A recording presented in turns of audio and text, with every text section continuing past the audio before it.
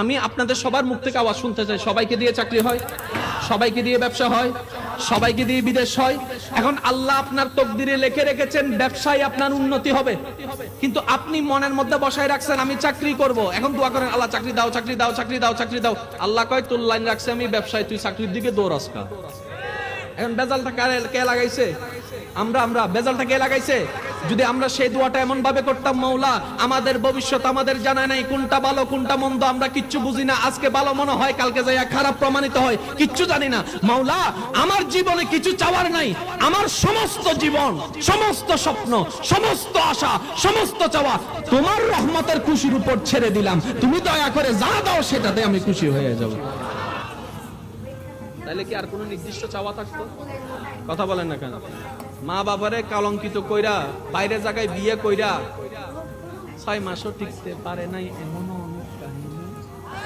আমি কইলাম পিতারে এত যুদ্ধ করে বিয়েটা করছ, কোর্টের মধ্যে ফালাইয়া বিয়ে করছস, এখন কি করছি? আমাদের সিদ্ধান্তের মধ্যে সঠিকও হতে পারে, একটু সবাই মিলে বলেন না ভাই, আমাদের সিদ্ধান্তের সঠিকও হতে পারে, ভুলও হতে পারে, কিন্তু আল্লাহর সিদ্ধান্তে কখনো ভুলের বশ পর্যন্ত আসতে পারে না।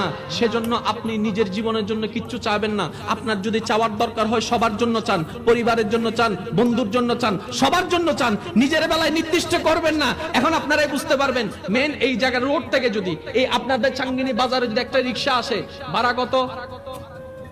30 টাকা। ভাড়া কত? জোরে বলেন।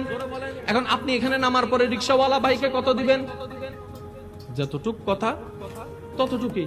আর আরেকদিন এক সপ্তাহ পরে আপনি আবার আসছেন, একজন রিক্সাওয়ালাকে জিজ্ঞেস করলেন মামা যাইবেন আপনি? কোথায় যাবেন? ওই চাঙ্গিনা বাজারে যাব। তো কত? তখন উনি বললেন বাবা খুশি হয়ে দিবেন আর খুশি হয়ে দিবেন আর কি।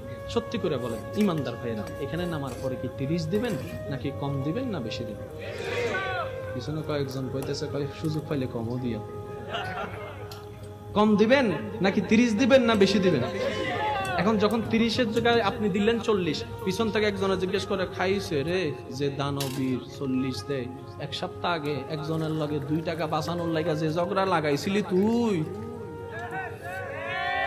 আজকে বেশি দিলি কেন?